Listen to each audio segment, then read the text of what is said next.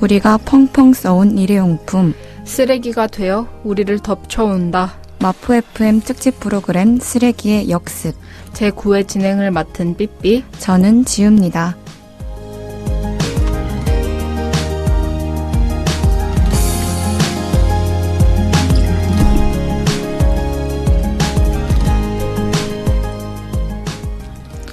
계속해서 늘어가고 있는 전 세계 쓰레기, 그에 우리 지구도 위협을 받고 있죠. 도무지 가닥이 잡히지 않는 이 쓰레기 문제의 심각성을 알리기 위해 찾아왔습니다. 네, 지금부터 마포 FM 특집 프로그램 오늘 쓰레기의 역습과 함께 한다면요. 바로 내가 있는 이 동네에서부터 쓰레기 문제 해결할 수 있을 겁니다. 네, 그동안 어떠셨나요? 저희가 이때까지 함께한 쓰레기 역습의 마지막 회인데요. 여름 막바지에 시작해 드디어 이제 완연한 가을이 찾아왔습니다. 네, 너무 시간이 빨리 간 것 같아요. 정말 어느덧 2달이 훌쩍 지나갔는데요. 오늘 대망의 쓰레기의 역습 마지막 회, 네, 시작하기 전에 캠페인송 한 곡 듣고 오겠습니다.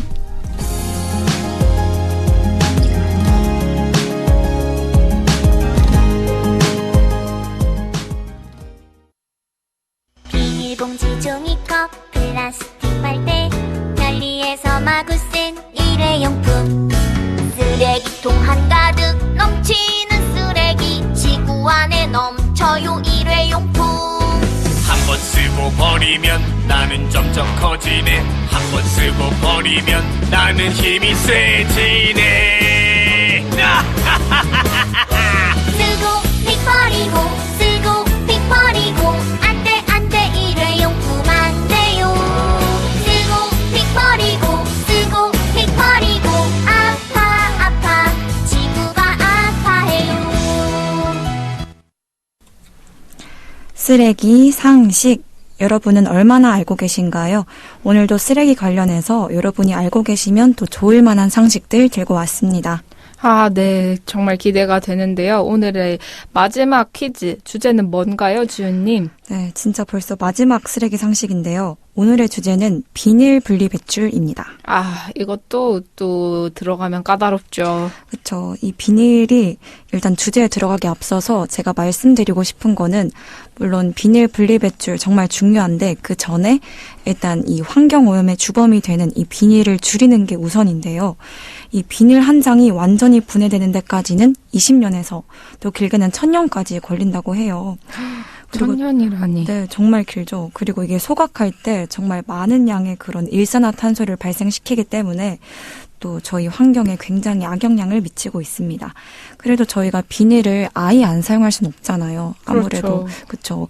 뭐 비닐 봉지를 어쩔 수 없이 쓰게 되는 경우도 있을 테고 이제 그런 것들을 대비해서 어떻게 비닐을 올바르게 분리 배출할까 이런 것들을 다뤄보기 위해서 제가 오늘 주제로 선정을 했습니다. 아, 좋습니다. 네, 그래서 이제 하나씩 제가 알려드리려고 하는데요. 지금 준비되셨나요, 삐삐님? 네, 준비됐습니다.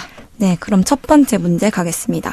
자, 라면을 먹고 이 라면 봉지를 버리려고 해요. 네. 그래서 이 비행 분석 저희가 배웠었죠. 네.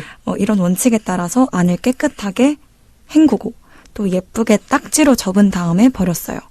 그러면 이거는 올바르게 배출한 걸까요? 아, 이게 제가 너무 잘 알고 있는 문제인데요. 네. 이게 그 주택가와 아파트에 따라서 이게 다른 걸로 알고 있어요. 네. 그래서 아파트 같은 경우에는 직접 수거하는 업체들이 있기 때문에 이 경우에는 비닐을 다 같이 모아서 버리니까 그대로 버려도 되는데 주택가에 사시는 경우에는 이것을 우리가 한 번에 모아서 버려서 따로 선별하는 과정이 있다고 들었거든요. 이 그럼 선별하는 과정에서 비닐을 일일이 손으로 수거하는 게 비용이 많이 발생을 하니까 이게 그 센 선풍기 같은 거 있잖아요. 강풍기로 네네. 비닐을 분리 배출하는 거예요. 그럼 이 과정에서 접혀있는 비닐은 분리 배출이 안 되겠죠. 그래서 주택가의 경우에는 이걸 딱지를 접어서 내놓으면 안 된다. 라는 걸로 알고 있고 네. 그래서 아파트에 사시는 경우에는 이것은 상관이 없다. 라고 알고 있습니다. 그래서 이게 케이스가 다르다. 정말 제가 말씀드리려고 한 거 이상으로 삐삐님께서 말씀을 해주셨는데 다 맞는 말씀이시고요. 그리고 이게 정답을 알려드리면 역시 아시다시피 틀렸고요. 이게 음. 비행 분석에 따라서 비닐안을 깨끗하게 헹구고 배출한 것은 잘한 일이에요. 근데 이 라면 봉지를 아까 접어서 배출했다고 했잖아요. 근데 이게 잘못된 건데 아까 삐삐님이 말씀해 주신 것처럼 이게 선별이 불가능해져요. 그래서 특히나 이런 라면 봉지 같은 경우에는 비닐이 굉장히 무겁고 또 두꺼워지기 때문에 이렇게 접게 되면은 그래서 기계에 빨려 들어가지 않아서 이거는 어쩔 수 없이 일반 쓰레기로 분류가 되거든요. 근데 저희가 결국에는 이런 종량 제한이나 일반 쓰레기를 줄이기 위해서 재활용을 하는 건데 비닐로 분리 배출해봤자 일반 쓰레기로 분류가 된다면 이거는 좀 문제가 될 수 있는 사안입니다. 자, 그러면 이제 두 번째 문제로 넘어가서요. 비닐에도 재활용 표시가 있는 거 아세요? 네, 본 것 같아요. 네, 그렇다면은 이 표시가 없는 비닐은 과연 재활용이 될까요? 원칙적으로는 이게 다 표기가 돼야 되는데 네. 좀 애매한 경우에는 그 패키지를 한번 볼 것 같아요. 그 패키지에 왜 재활용 표시가 있으면 분리 배출을 하고 분리 배출을 하라는 표시가 없으면 네. 일반 쓰레기로 버릴 것 같아요. 정답은요. 재활용 표시가 없더라도 비닐은 재활용이 가능해요. 특히나 저희가 위생장갑이나 뭐 그런 위생팩 같은 경우에는 없잖아요. 그런 표시들이. 맞아. 일일이 다 표기하기가 힘들겠죠. 네, 그렇죠. 근데 그렇더라도 모두 비닐로 재활용하시면 됩니다. 그런데 예외가 있는 게 어쨌든 이게 오염이 되면 당연히 재활용이 불가능하겠죠. 그래서 비닐이 심하게 오염된 경우에만 일반 쓰레기로 배출을 해주시면 됩니다. 약간 김장하거나 네. 약간 양념 같은 거를 짚고 나서는 이런 것들을 일반 쓰레기로 버려야 되겠군요. 네, 맞아요. 네, 저희가 이렇게 두 문제 정도 한번 풀어봤는데 삐삐님께서 역시나 잘 맞춰주셨습니다. 네, 여기까지 비닐 분리 배출에 대해서 알아봤고요. 오늘 알게 된 것들을 토대로 이제 분리 배출, 비닐 분리 배출은 누워서 떡 먹기 정도가 되셨을 것 같습니다. 네, 평소에 손이 심심하면 이제 과자 딱지 접기 맨날 하잖아요. 네, 그것을 다시 풀어놓아야 한다는 깨달음을 얻고 쓰레기의 역습 시작하기 전에 캠페인 한 곡 듣고 오실게요.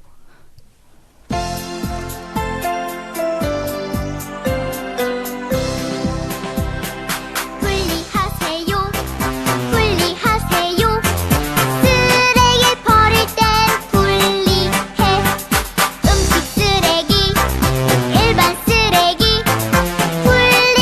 분리하세요 재활용품은 재활용해요 함부로 버리지 마세요 지켜야 해요 지켜야 해요 자연환경을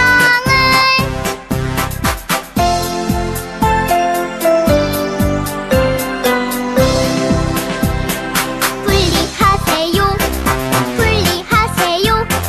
쓰레기 버릴 땐 분리해 음식 쓰레기 일반 쓰레기 분리하세요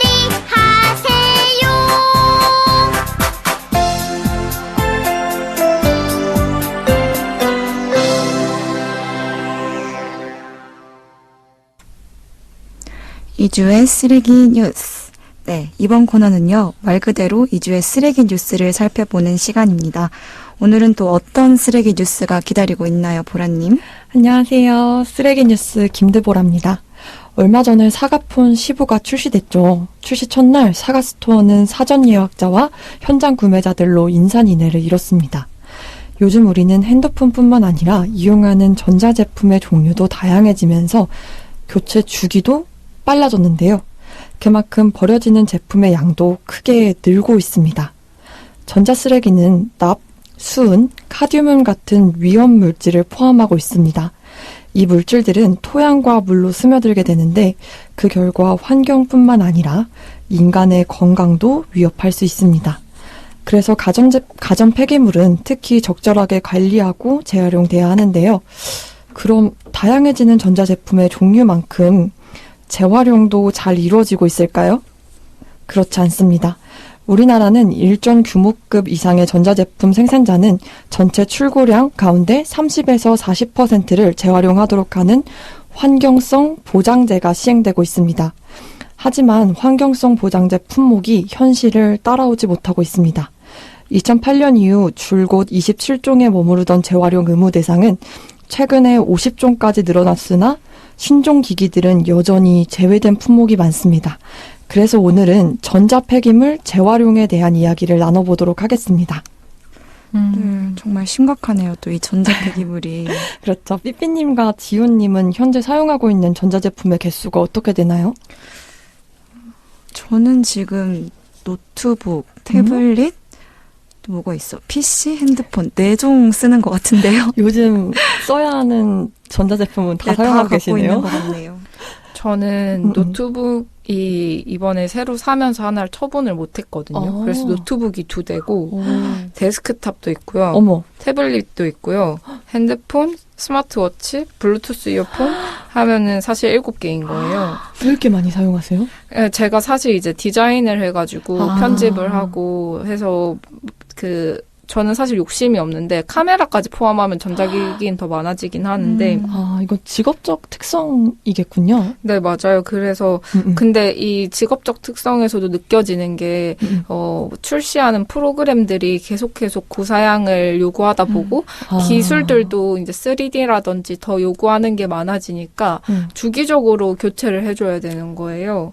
네, 그래서 저도 이 문제는 굉장히 좀 심각하게 느끼고 있었던 문제였어요. 그럼 삐삐님은 전자제품 구매하실 때 옷은 의류 같은 경우는 중고 제품 많이 사용하신다고 하셨잖아요. 네네. 전자제품은 그럼 새 제품을 사용하시나요? 근데 저는 전자제품도 다 중고로 사기는 하는데요. 근데 저는 이번 소식 준비해 주셨을 때 딱 들었던 영화 속에 드라마 속에 한 문장이 있는데 그게 미래 디스토피아를 다룬 거였는데 2027년이 되면 세상이 더 좋아질 줄 알았는데 애들이 사달라고 하는 TV만 7개가 됐다. 그렇게 얘기하는 게 너무 와닿는 거예요. 저도 너무 와닿았어요, 지금. 그래서, 이게 진짜 저희 쓰레기 역습에서 이제 가장 맨 마지막에 등장한 이유가 있다. 우리 미래로 나아가는 시점에서. 그렇네요. 그런 생각을 했습니다. 근데 진짜 시간이 흐를수록 이 사용해야 하는 전자제품의 양이 점점 증가하더라고요. 일단 20살 때까지만 해도 저희는 태블릿 PC 사용 안 했거든요. 맞아요. 근데 코로나 이후로 학교를 다시 갔더니 사람들이 프린트를 하러 줄을 안 서더라고요.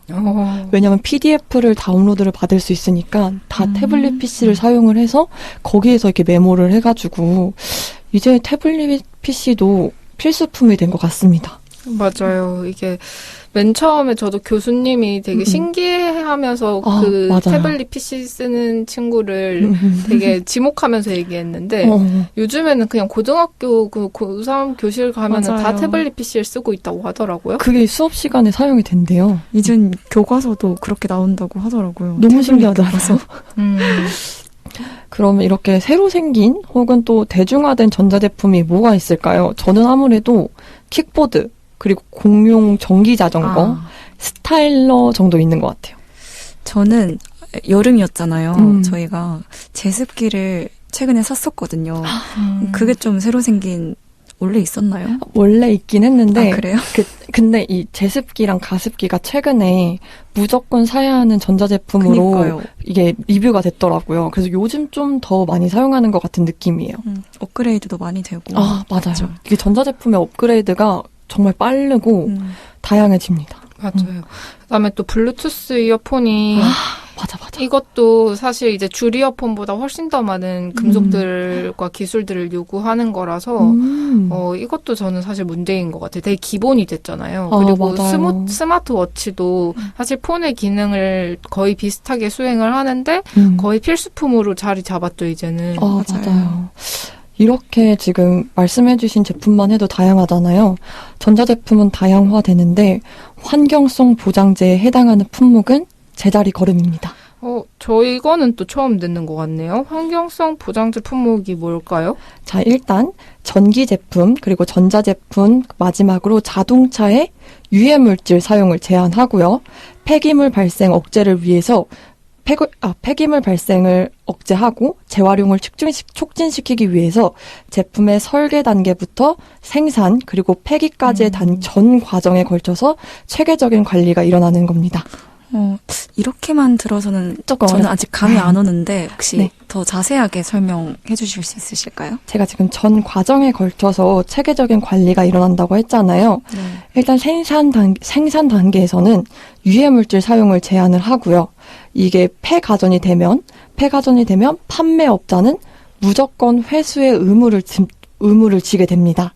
그래서 판매업체가 회수를 하는데 그 회수된 제품은 재활용 전문 업체에서 재활용을 하게 됩니다. 여기서 제조업체마다 꼭 재활용을 해야 하는 일정 비율이 있는데요. 이렇게 자원 순환 체계를 구축하고 환경을 보전하는 것을 목표로 하는 제도가 환경성 보장제입니다. 조금 이해가 될까요?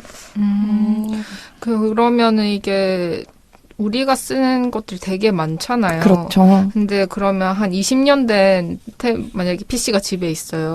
이런 것도 가져가거나 아니면 주리오폰 이런 거 되게 작잖아요. 이런 것도 가져가면은 이걸 회수하는 대상에 포함이 되나요?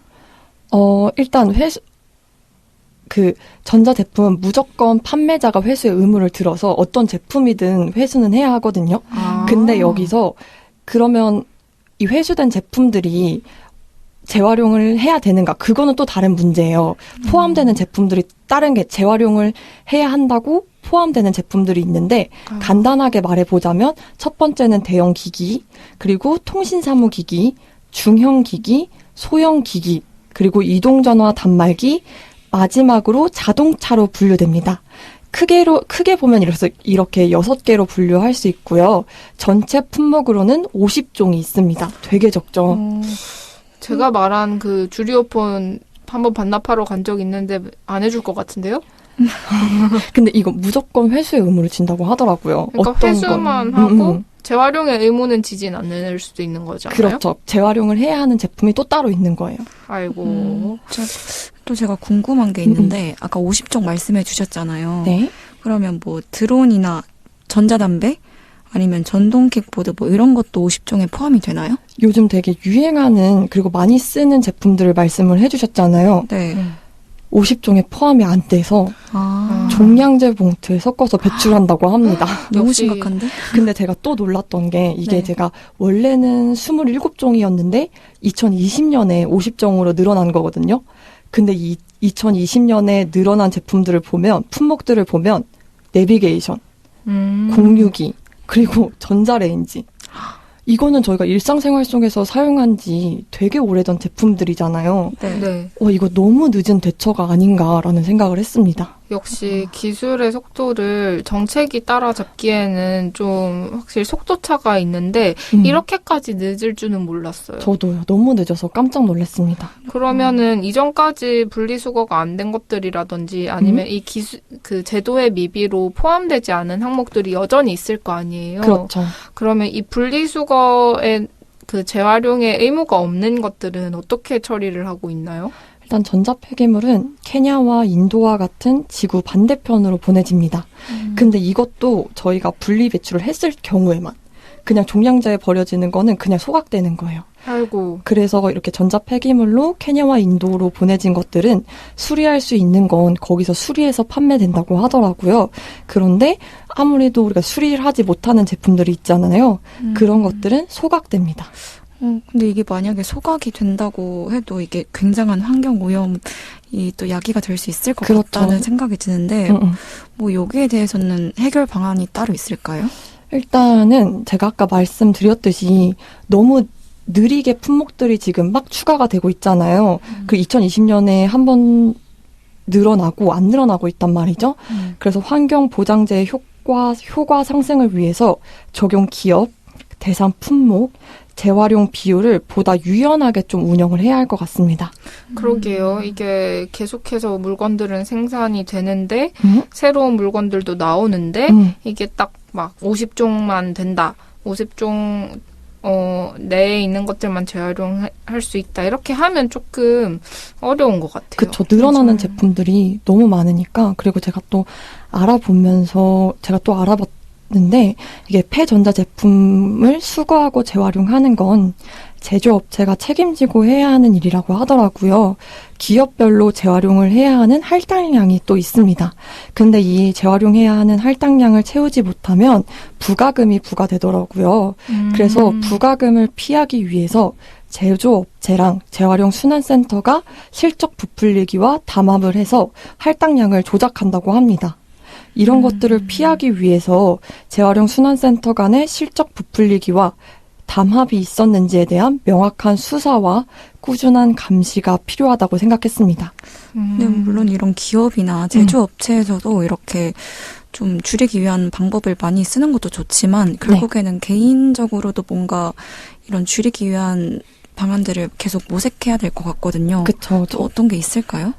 일단 한국인 한 명이 배출하는 연간 전자 폐기물은 약 16kg이라고 하거든요. 아땡폰 14%의 무게가 206여 g이라고 합니다.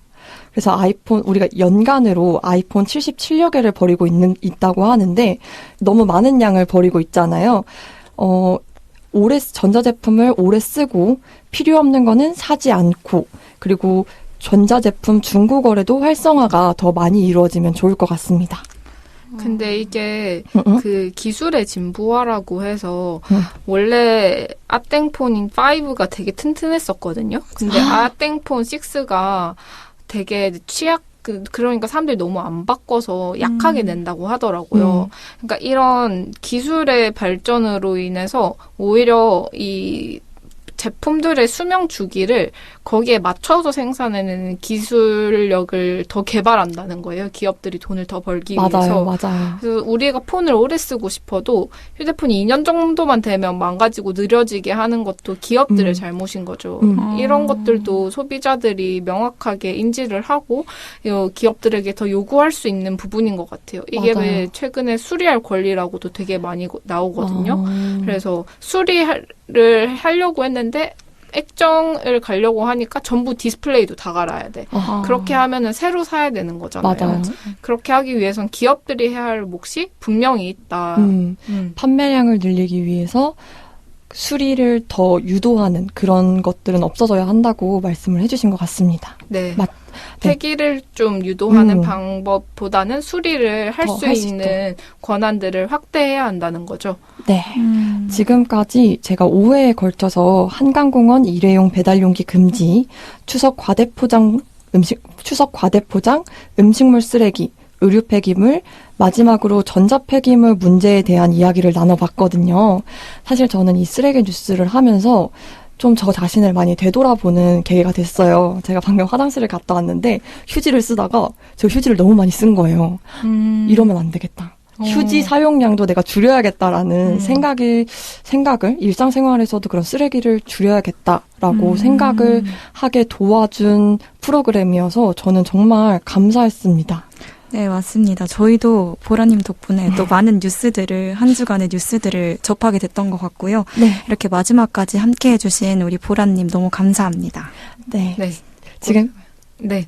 미래에도 저희가 앞으로 고민해야 할 문제들 들고 와주신 것 같아가지고 너무 감사합니다. 저도 함께하는 동안 너무너무 즐거웠고요. 저의 쓰레기 뉴스가 청취자분들이 환경을 생각하는 마음 0.1g이라도 생기가 했으면 정말 정말 뿌듯할 것 같습니다. 지금까지 쓰레기 뉴스 김드보라였습니다. 네, 고생하셨습니다. 감사합니다. 감사합니다. 네, 다음 코너는요. 쓰레기 시사점. 쓰레기 문제에 대해서 다시 한번 고민해보고 또 시사점을 찾아보는 코너입니다. 오늘은 또 어떤 시사에 대해서 얘기해볼까요? 윤주님. 네, 안녕하세요. 강윤주입니다. 환경부가 이제부터 민간 소각장에서 쓰레기를 소각하기 전에 페토사나 폐유리, 페타일, 페도자기와 같은 불에 타지 않는 물질이죠. 즉 불연물 선별을 허용하기로 했습니다. 사실 1999년 이후 지금까지 계속해서 소각 전에 가연물과 불연물을 분리하지 못했었는데요. 폐기물관리법에 위탁받은 폐기물을 재위탁해서는 안 된다라는 조항이 있었기 때문입니다. 하지만 2019년부터 업계가 불필요한 소각 용량 낭비를 줄일 수 있게 해달라며 환경부에 지속적으로 요청해왔고요. 현 정부 들어서 이런 불필요한 환경 규제를 손본다는 기조에 따라 불연물 선별을 가능하게 한 겁니다. 네, 이 개혁으로 무려 연간 2,500억 원 정도의 경제 효과가 발생했다고 합니다. 불에 타지 않는 물질을 미리 골라내면서 전체 소각량을 줄일 수 있게 됐고, 이를 통해 낭비됐던 신규 마포 소각장급의 용량 하루 1,000톤 정도인데요.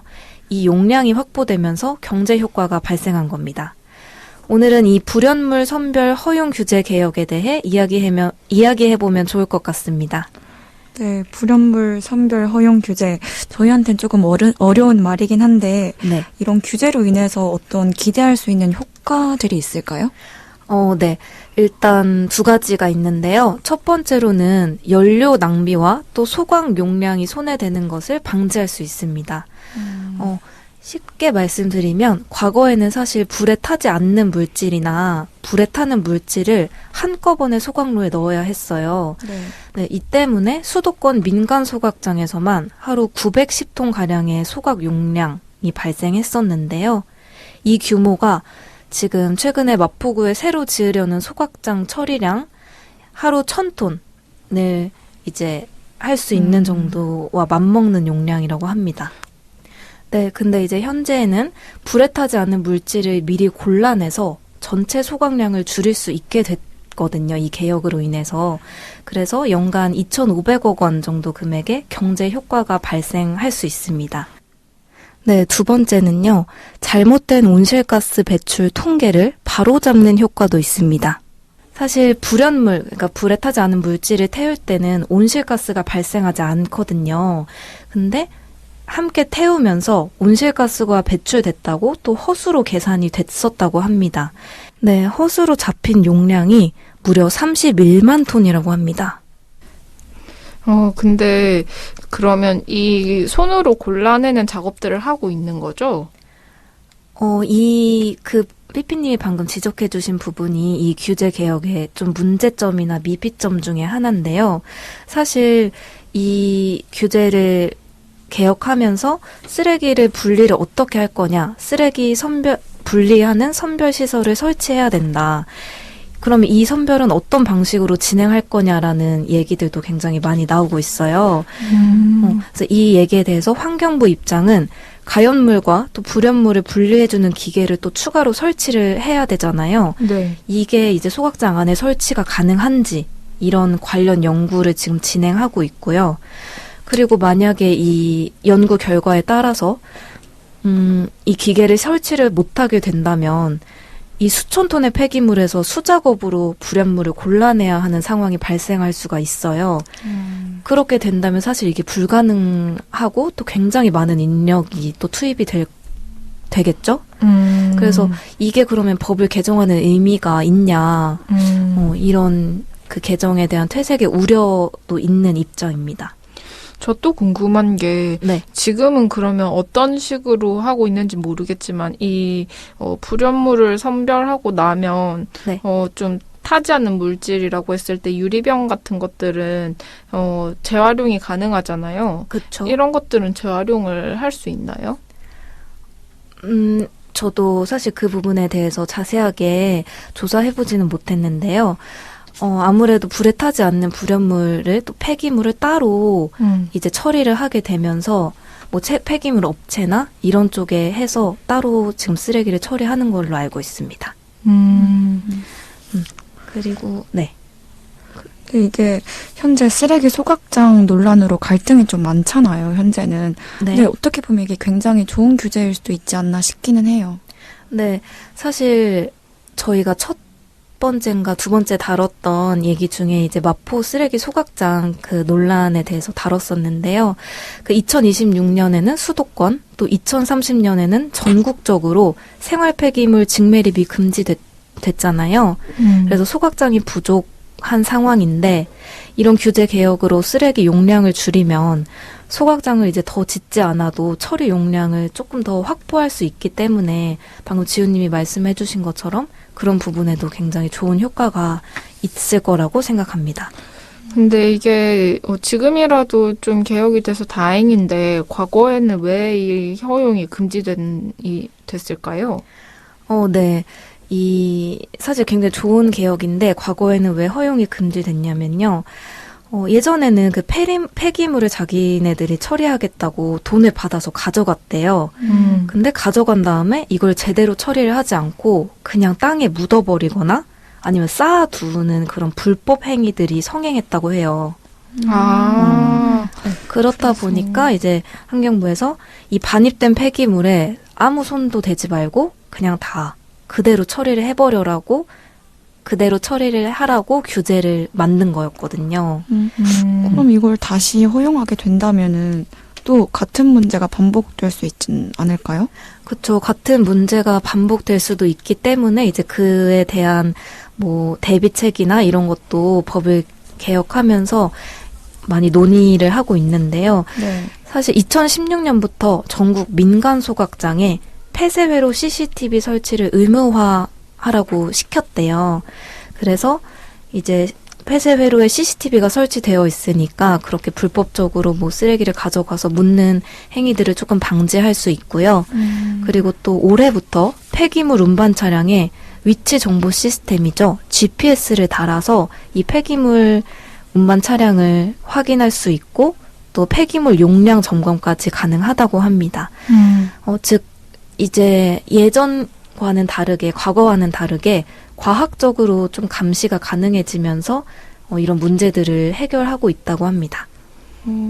혹시 그러면은 이제 윤주님께서는 지금 이번 시사점 주제로 가져와 주셨잖아요. 네. 혹시 이런 규제가 생기는 거에 대해서 어떤 쪽의 의견이세요? 뭔가 좋은 것 같나요?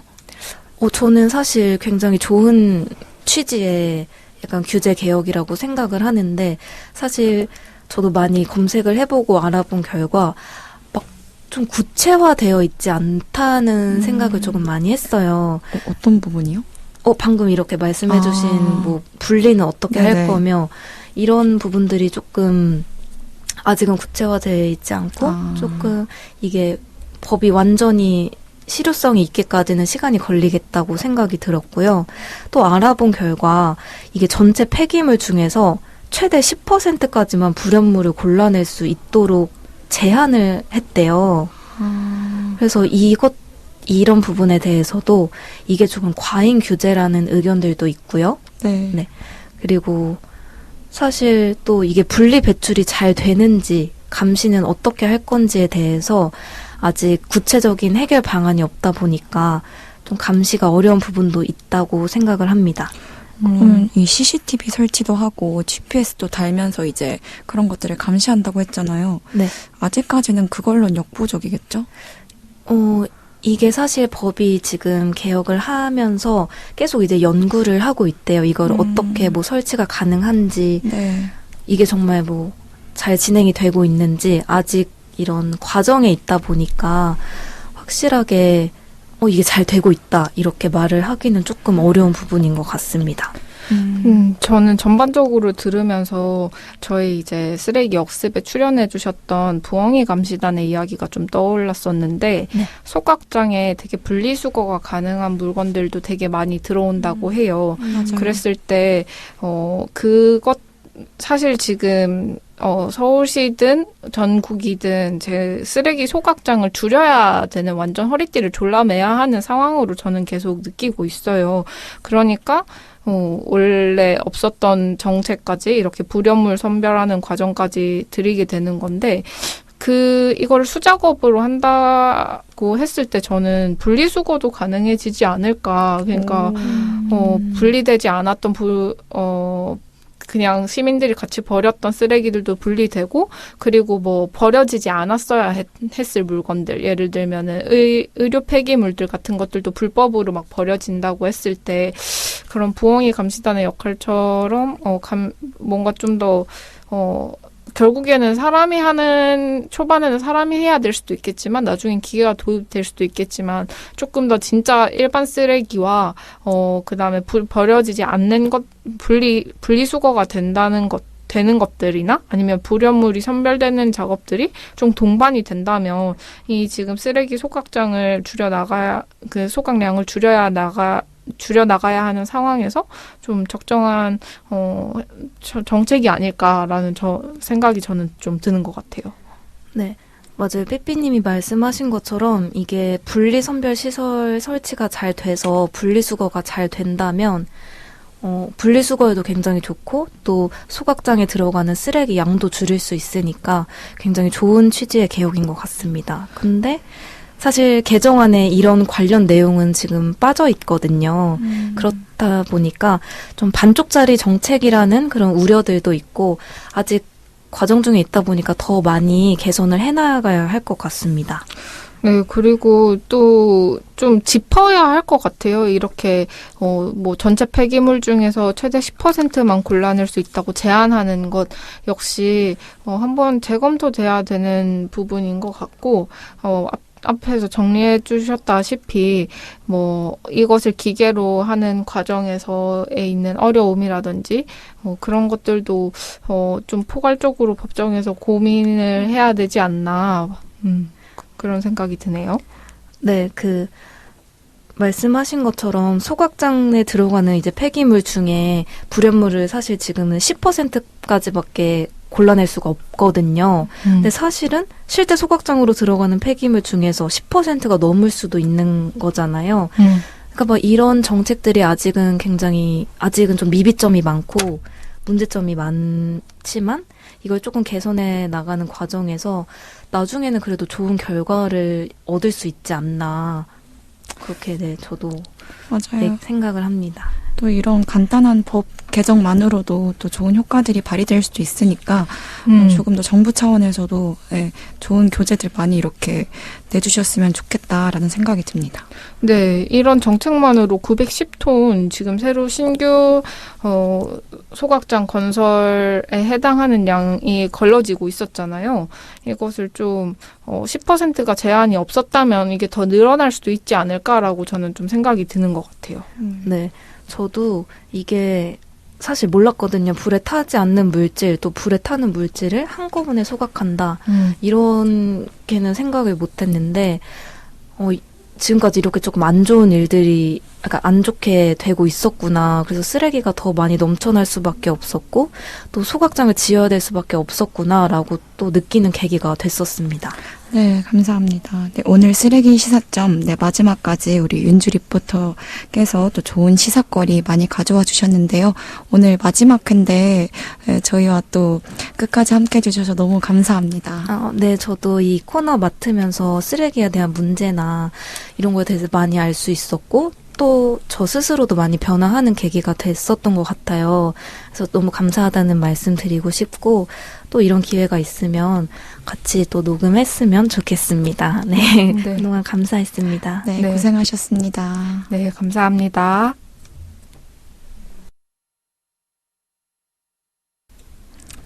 쓰레기 톡톡. 네, 감히 우리 쓰레기 역습의 하이라이트라고 말할 수 있겠는데요. 환경 문제에 앞장서고 계시는 우리 시민분들이나 대표님분들 만나서 이야기 나눠보는 시간입니다. 오늘 마지막으로 저희 쓰레기 톡톡과 함께할 분은요. 2주 전에도 뵀었는데요. 저희와 2주 전에도 함께해 주셨던 마포구에서 쓰레기 문제 앞장서고 계시는 쓰레기 공동행동의 구은경 대표님 만나보겠습니다. 안녕하세요. 네, 안녕하세요. 네, 저희 2주 전에도 뵀었는데 또 잘 지내셨나요? 네, 네. 잘 지내고 있습니다. 네, 오늘 네. 처음 듣는 청취자분들도 있을 수 있으니까 한 네. 번 더 공동행동이라는 단체가 어떤 곳인지 소개 간략하게 부탁드립니다. 공동행동 이름이 줄여서 공동행동이라고 하는데 쓰레기 문제 해결을 위한 마포 공동행동이 이제 전체 풀네임이고요. 줄여서 저희는 이제 공동행동이라고 하는데 서울시에서 쓰레기 소각장을 추가로 건설하겠다라고 하면서 후보지로 마포가 이제 작년 초에 좀 언급이 되면서 여름 즈음에 언급이 되면서 작년 9월에 이제 이게 이슈화가 되고 저희는 12월에 그 지역에 있는 개인 33명 그리고 시민사회 단체 35개 이렇게 모여서 만든 임의단체라고 보시면 될 것 같아요. 그러니까 네트워크 조직이라고 보시면 될 것 같고요.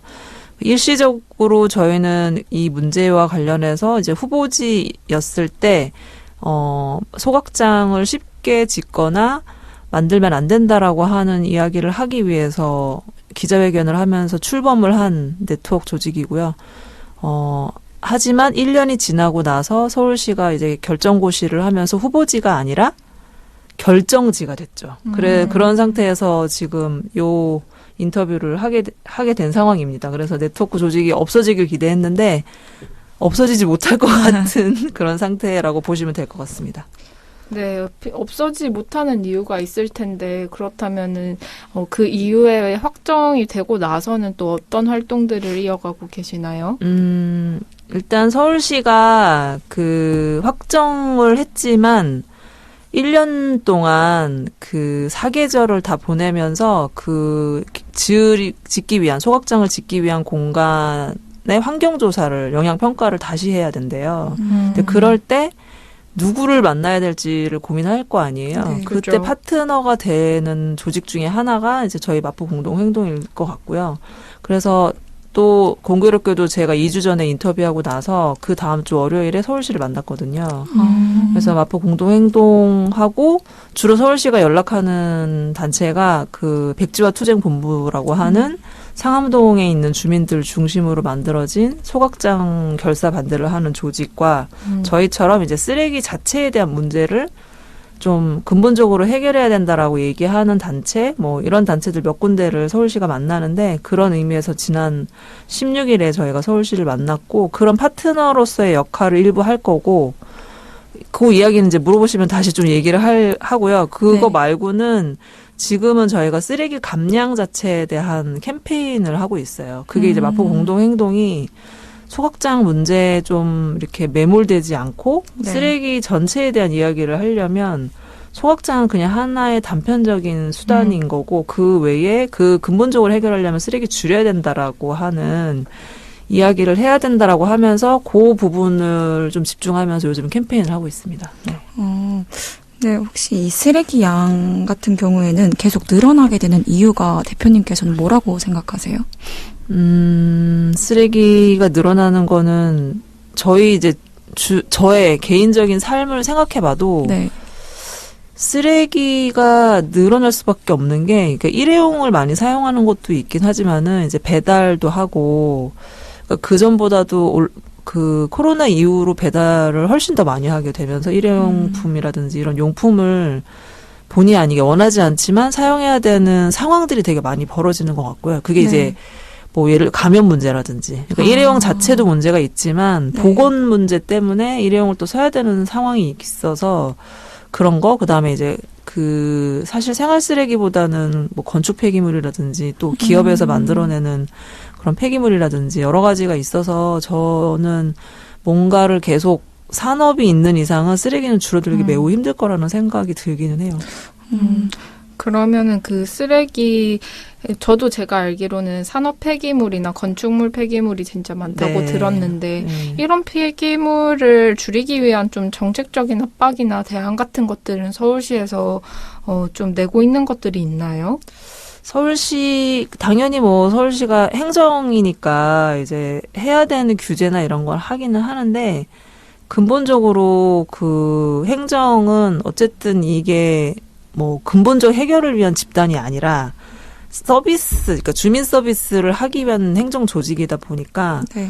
그거를 해결을 하는 방식이 근본적인 방식, 뭐 시민들한테 이렇게 하세요라기보다는 그 문제를 가장 쉽게 해결할 수 있는 방법을 찾는 조직인 것 같아요. 그러니까는 이제 매립하던 거를 뭐 소각으로 바꾼다든지 이런 식의 방법을 바꾸는 거지 쓰레기 자체를 줄이기 위한 어떤 거를 하기는 어려운 것 같아요. 그러니까는 사실 뭐 예를 들면 기업을 규제하거나 이런 거는 행정이 할 수 없고 사실 그건 정치나 시민들이 해야 되는 역할이기 때문에 서울시가 행정이라서 행정조직은 시스템을 만드는 곳이잖아요. 그러니까 시스템을 이렇게 움직이는 곳이잖아요. 그래서 시가 할 수 있는 건 또 한계가 있는 것 같아요. 네. 그러면은 시민들이 기업을 좀 규제해달라라는 그쵸, 목소리를 좀 더 많이 내야 되는 상황인 그렇죠, 것 같은데 또 최근에 그 공론장이 열렸잖아요. 네네네네. 님비 없는 쓰레기 공론장인 네네네네. 걸로 아는데 그 자리에서는 좀 그런 유의미한 이야기들이나 시민들의 목소리 같은 것들이 어떤 식으로 나왔을까요? 일단은 뭐 그 서울시에서 이번에 소각장 관련된 토론회를 한 거는 이제 마포에 소각장이 이제 지어지고 이 마포 소각장은 사실 서울의 전체 쓰레기의 대부분을 소각하는 서울시의 쓰레기 소각장이잖아요. 그래서 그렇죠. 이 문제와 관련해서 다른 지역도 공감을 일단 하는 것이 첫 번째였고, 그리고 다른 지역에 뭐 모든 자치구의 상황은 아니지만은 뭐 광진이라든지 이제 다른 타 지역에서도 이 쓰레기 문제에 대한 고민 이런 것들을 공유하면서 이제 결론적으로는 마포에 소각장 지어지는 것 자체는 지금 같은 방식으로 지어지는 건 반대한다라고 하는 이제 의견들이 좀 나왔었고 비슷한 것 같아요. 그러니까는 정부가 이제 정책이나 이제 예산을 쓸 때 그걸 근본적으로 해결하기보다는 어쨌든 예산을 사용하는 걸 전제로 편리한 방식으로 어떤 선택을 하게 돼 있다 보니까 메릿보다는 소각 이런 식의 대체를 찾는 거지 그 문제를 이제 제거하기 위해서 무엇을 하진 않는다. 그러니까 소각장 관련해서도 서울시 이번 토론회에서도 이렇게 소각장이 마포에 지어지는 거에 대해서는 반대한다라고 하는 게 좀 전반적인 의견이었고, 쓰레기를 줄이는 거는 말씀하신 것처럼 시민들이나 이제 기업 규제라든지 산업에서 만들어지는 쓰레기 자체를 줄이기 위한 다른 것들이 필요한데, 그거는 시민들도 비슷하게 얘기하지만 사실은 이제 뭐 정치라든지 뭐 다른 식의 어떤 견제 구도들이 또 필요하다, 뭐 이런 이야기들이 나왔던 걸로 알고 있습니다. 네. 그리고 또 제가 궁금한 게 이 소각장이 건설이 됐을 때 어떠한 문제가 되는 부분이 있을까요? 그러니까 지금 사실 우려하는 거는 환경이나 건강에 대한 이슈도 있지만은 그것보다는 마포 같은 경우는 일명이 750톤이 있고 1000톤이 이제 새로 만들어지는 거거든요. 근데 이제 다른 지역 같은 경우는 뭐 400톤 뭐 이런 식으로 1000톤이 다 안 되는 그 용량으로 이제 다른 4개 지역에도 있는데 그 지역들을 다 포함해도 저희가 되게 많은, 그러니까 1750톤이라고 하는 양이 생기는 거예요. 사람들이 지금 제일 걱정하는 거는 1000톤 자체가 이렇게 지어지는 것도 문제지만은 그 750톤을 원래 폐기하는 조건으로 1000톤을 짓는 건데 폐기되지 않고 동시에 돌아가게 되면서 여기에 쓰레기들이 다 그 동시에 1750톤이 돌아가게 됐을 때 사실 이거는 한 번도 사례가 없었기 때문에 그 정도 양이 동시에 돌아가는 그 소각장 2개가 동시에 돌아가는 경우가 없었기 때문에 어떤 환경 유해가 생길지 모른다라고 하는 두려움이 되게 큰 거죠. 750톤짜리 소각장은 또 노후화되어 있는데 그걸 이제 계속해서 돌린다고 했을 때 당연히 그 근처의 주민들은 불안감이 클 수밖에 없고, 제가 생각하기에는 저는 이제 마포구 주민은 아니지만 이게 구 단위가 되게 걸어가다 보면은 안녕하세요 마포구의 끝입니다 이런 게 있잖아요. 그러니까 이게 구라는 게 되게 우리가 정해놓은 기준이 되게 모호한데 주변 그 인접해 있는 구들도 되게 걱정이 클 것 같아요, 이런 문제들에 대해서. 맞아요. 제가 그 대표님 만나면서 드는 생각들은 지금 이런 시점에서 쓰레기를 줄이는 것에 대한 고민은 서울시에서 되게 없는 상황인 것 같은데, 그런 목소리를 촉구하기 위한 시민들이 어떤 식으로 모였고 어떤 식으로 계속 활동하는가가 되게 다른 분들에게 영감이 될 것 같거든요. 그래서 그런 모여있는 힘들이라든지 공론장에서 만나신 분들의 이야기들도 좀 공유해 주시면 좋을 것 같아요. 네.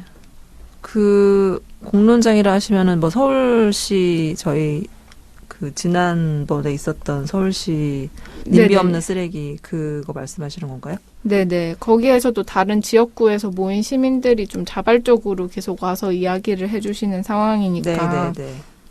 근데 다른 지역은 그날 토론회에 참여하셨던 분들 중에는 이제 노원이나 이런 데를 제외하고는 소각장이 실제로 있지는 않아요. 그러니까는 그 다른 지역 같은 경우는 이게 이제 출발은 우리 동네에 안 되면 남의 동네도 안 된다라고 하는 이제 그런 공감대로 시작을 한 거라서 이제 그런 이야기들을 좀 해주신 거고, 그러니까 이제 정부나 기업이나 시민들이 이제 해야 되는 역할들이 다 다른데 서울시가 그것을 조금 서울시 차원에서 접근한다기보다는 어느 한 지역에 딱 이렇게 몰면서 다른 지역은 우리 지역 아니니까 다행이다라고 하는 식의 약간 갈라치기 소위 말하는 이런 식의 분위기를 만드는 거에 우리가 편승하지 말고 이 문제는 마포구의 문제가 아니라 전체의 문제라고 하는 걸 환기하는 이제 이런 자리로서의 의미를 갖게 돼서 되게 의미가 있었다라고 하는 이야기들을 좀 하셨고 발제하셨던 분이 또 그 서울시 쓰레기 문제와 관련된 정책을 이제 연구하시는 연구소에서 나오신 분이었기 때문에 다른 자치구는 뭐 이거에 대해서 기본적으로 내용을 자세하게 알지 못했기 때문에 이런 부분 알게 된 것이 일단 되게 크다 이제 이런 이야기를 좀 해주셨고 발제하셨던 분은 어쨌든 서울시가 지금 쓰레기 문제 해결을 하는 과정이 오히려 이제 뭐 시민들의 일자리를 만드는 방식이거나 예산을 줄여서 조금 번거롭지만은 분리수거를 많이 한다든지 이런 식으로 구체적으로 시민들이 이해할 만한 수준의 내용들로 캠페인을 하거나 전달하는 게 아니라 되게 이제 어려워요, 사실 용어들도. 그리고 환경 영향 평가 막 이러면은 무슨 말인지 알 수가 없어요. 그래서 뭐 그런 식으로 사람들이 이제 접근하기 되게 어려운 방식으로 설명회를 하거나 정보를 전달한다는 거죠. 그러니까 이제 이런 거에 대해서 문제 제기를 하는 발제가 있었고, 뭐 이제 이렇게 전반적으로는 제대로 이해해야 된다라고 하는 이제 그런 이야기 자리였다고 이해하시면 될 것 같아요. 네. 그러면 또 궁금한 게 네. 그 공론장 안에서 그럼 어떠한 좀 이런 문제 사안에 대한 해결 방법들이 또 많이 또 한번 얘기가 됐을 것 같은데 그런 것들은 있을까요? 혹시? 그렇게 하기까지는 너무 짧은 시간이었고 사실 그런 부분을 마포에 기대하고 있는 것 같아요. 왜냐하면 거기 참여하신 분들은 그 문제를 이제 오랫동안 고민했다기보다는 이게 마포만의 문제는 아니고 우리 서울시 전체의 문제다라고 하는 걸 공감하는 이제 공감대의 자리였고 네.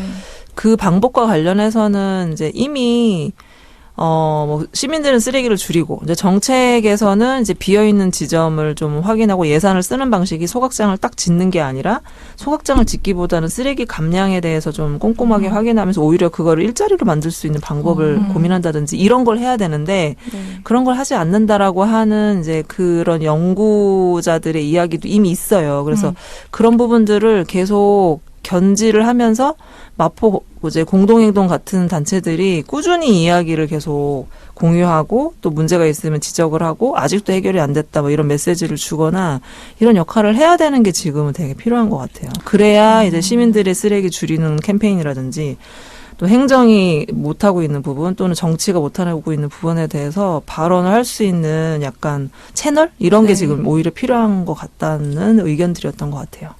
네. 지금 시점에서는 확실히 마포구 주민들도 이 쓰레기 문제가 어렵은데 맞아요. 하물며 다른 지역구들은 사실 관심조차 약간 없는 상황이니까 사실 한 지역에서 1,750톤을 처리한다는 것의 문제가 마포구의 문제만이 아니라 서울시의 문제기도 했을 때 그 전체적인 서울 시민의 문제의식을 끌어올리는 역할을 지금 앞장서서 쓰레기 공동행동에서 해주시고 계신다라는 생각이 드는 것 같아요. 네, 오늘도 이렇게 2주간에 걸쳐서 대표님께서 저희와 함께 해주셨는데 네, 일단 오늘 저희 마지막 회거든요. 네, 그렇구나. 마지막을 대표님께서 장식을 네, 해주셨습니다. 뭔가 다 얘기를 못한 것 같은 느낌인데 한 번 더 해야 될 것 같은데. 그럼 마지막으로 한 말씀. 아니요. 그건 아니고 어쨌든 사실 금방 끝날 거라고 생각은 안 했는데 또 생각보다 이 소각장 문제가 매우 어렵고 1년이나 이제 지켜보고 있음에도 불구하고 이제 조금 알 것 같다라고 하는 상태에서 결정이 나와버린 거라서 서울시랑 이제 1년 동안 환경 영향 평가를 할 때 공동행동이나 또 다른 이제 환경단체들이 할 일이 많을 것 같다라는 생각이 들고요. 계속 좀 봐주시면 좋을 것 같습니다. 네. 오늘도 좋은 말씀 너무 감사드립니다. 저희 이제 오늘 또 공동행동 대표님, 고은경 대표님과 함께 해주셨고요. 네, 오늘 또 너무 감사합니다. 네, 고맙습니다. 네, 고생하셨습니다. 네, 고맙습니다. 수고 많으셨습니다.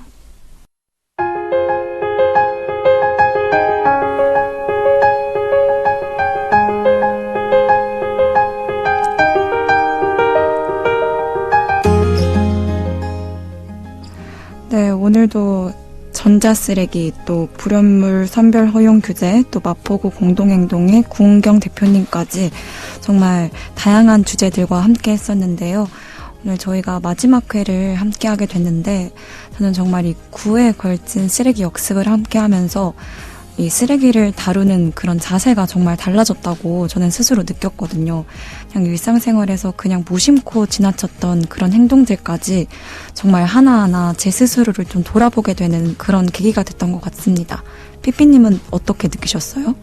네, 맨 처음에는 쓰레기 강연을 통해서 쓰레기를 스스로 줄여가는 방법, 어떻게 올바르게 분리 배출을 하는가에 대해서 한번 다시 짚어볼 수 있는 시간이어서 아마 청취자분들도 함께 점검해 볼 수 있는 시간이지 않았나라는 생각을 했고, 뒤에 이제 다른 분들과 함께 초대를 해서 쓰레기 소각장에 대한 뉴스들을 들으면서 이게 쓰레기 소각장을 더 짓기보다는 전체 쓰레기의 생산과 수거, 배출 과정까지 좀 정책적으로 손봐야 되는 지점이다.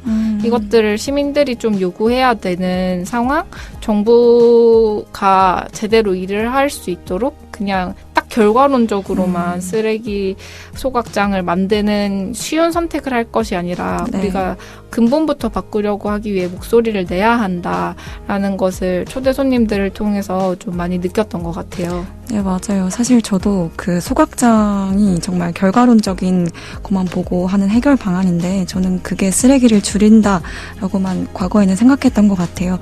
정말 우리 청취자분들도 모두 많은 걸 느끼게 되는 그런 프로그램이었으면 좋겠습니다. 네, 그럼 오늘 쓰레기의 역습 마지막 회 이렇게 마무리해 보려고 하는데요. 쓰레기 학교 강의를 더 들어보고 싶으신 분들은요. 마포 FM 유튜브 채널에서 확인하실 수 있습니다. 네, 덕분에 우리 마포구가 제로 웨이스트에 한 발자국 더 가까이 다가설 수 있었던 게 아닌가 싶습니다.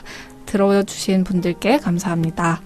네, 그러면 쓰레기 역습은 여기서 마무리되지만 모두들 함께 좋은 방법으로 나아갔으면 좋겠습니다. 그럼 저희는 여기서 인사드리려고 하는데요. 너무 아쉽지만 네, 저희 이제 앞으로도 더 좋은 그런 활동들 계속하면서 쓰레기 제로를 위해서 다들 나아갔으면 좋겠습니다. 네, 쓰레기 없는 유토피아를 이루는 그날까지 쓰레기의 역습, 저는 지우, 저는 삐삐였습니다.